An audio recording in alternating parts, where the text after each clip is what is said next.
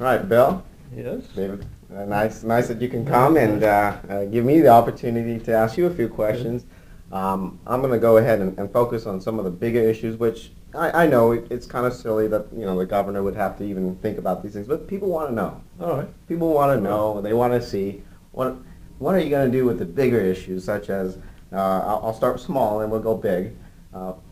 What's your concept on this minimum wage and this living wage concept? I mean, are you for the increase in minimum wage, or are you against? I don't want legislation dealing with wages at all. I'm opposed to the measure. Vote no on issue 2 on the ballot. I'm very much in favor of prosperity and higher wages, but I think we get that through economic growth, and all of these state interferences just slow down that process. And the other issue, which I think many people are interested in and just wanting to know, where's your stance on the war issue? You have the Republicans, and then you have the Democrats, and they seem to be convoluted in their responses on this issue.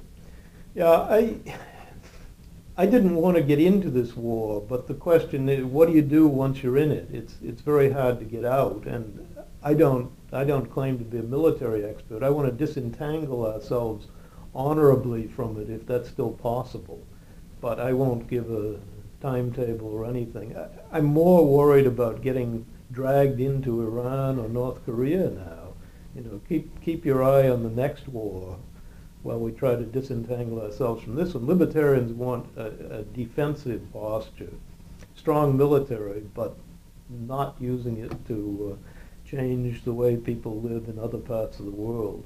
It's sort of respect the other society and let them progress as they evolve. I mean, we also evolve. Right, and we want to set a grand example in our country of freedom and maintaining all those traditional rights, and that's really what I want to focus on, and we should be the city on the hill. I believe in American exceptionalism in that way, but we have to deliver on that promise.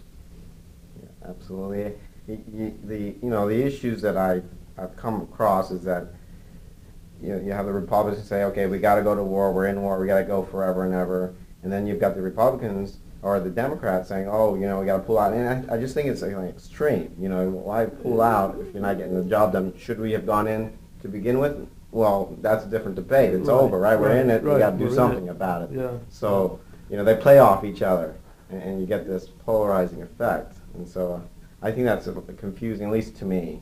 Well, and I remember going through this once before. I remember marching in the streets of Princeton saying, don't go into Vietnam.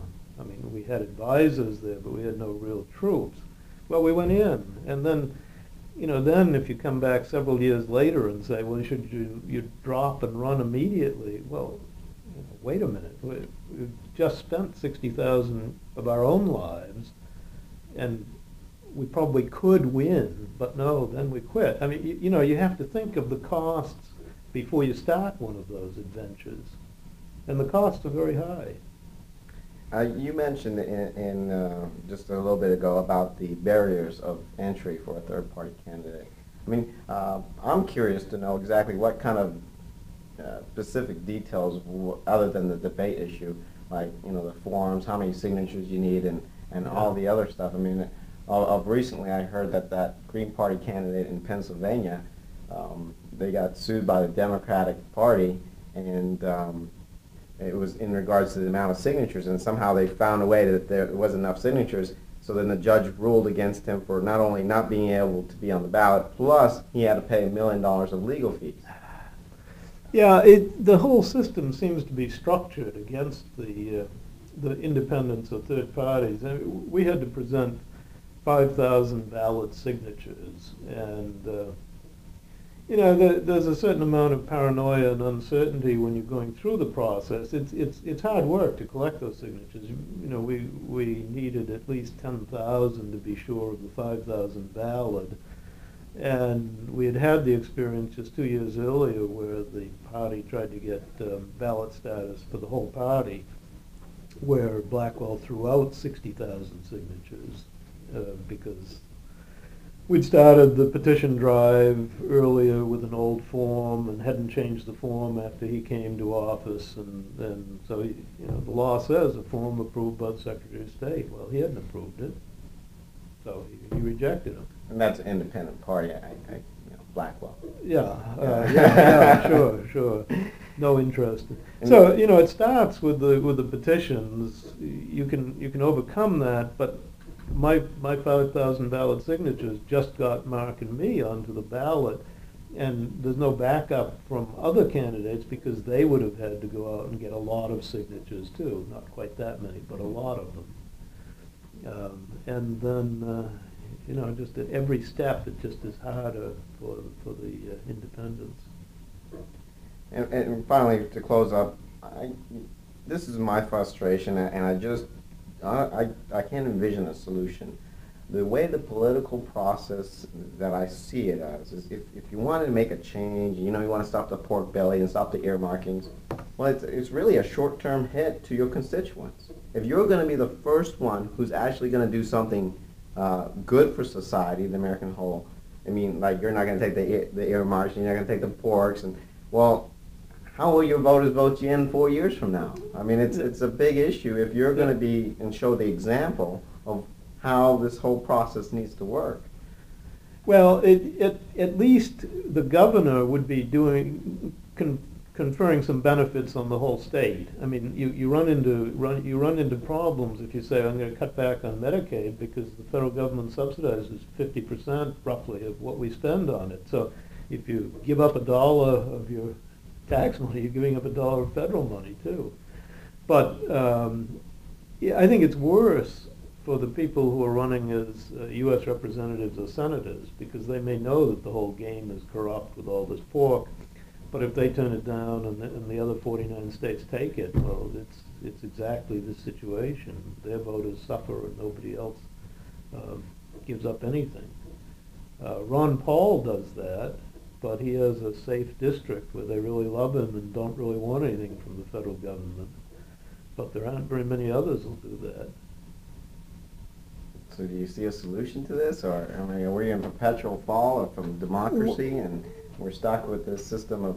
Well, we could go back at the federal level, we could go back to the U.S. Constitution, which limits the functions of government and has very few pork barrel opportunities at all. And I think at the state level, that really is the solution too. Some of the things that the state does that are in the Buckeye Institute's Piglet book are perfectly reasonable things for a local government to do, but there's no reason for the state to subsidize them. Well, the state should just pull back from all that stuff, and that means, cutting taxes, cutting expenditures, getting rid of some taxes. Maybe someday we can get rid of the whole income tax, and that would put the state on a really tight leash so that these things wouldn't be even a possibility. I said that was going to be the last question, but I do want to ask one more because it just popped in my mind. Well, where's your stance on our global warming issue, and what should the United States do, if anything? Well, this goes back to my days as an energy economist and writing the textbook on the economics of the energy industries. I'm not a great believer in the whole global warming story. There are great cycles in climate, and glaciers advance and recede. And there's no debate among the scientific community from Al Gore's point of view. But anyway. Yeah, from Al Gore's point of view, many in the scientific community are funded pretty heavily by the climate change money, and they don't want to turn that off. Yes, that's the ugly in all of it, for sure. Yeah, so we should be wary and keep our eyes open, but it really is more profitable. Well, first of all, does it really hurt us a great deal if Columbus acquires the climate of Lexington, Kentucky? You have to ask that question. People are not stupid. They adapt to the changes in weather, and they don't sit there as 20-foot of elevation comes up, right? Yeah. I don't think many people would, and if they do, well, maybe it improves the race. So I think we should worry more about making sure that the world, the economy advances efficiently, and we're wealthy enough to take care of the problems that come up in the future. So that's my prescription. Well, thank you for your time, and good luck. Well, thank you.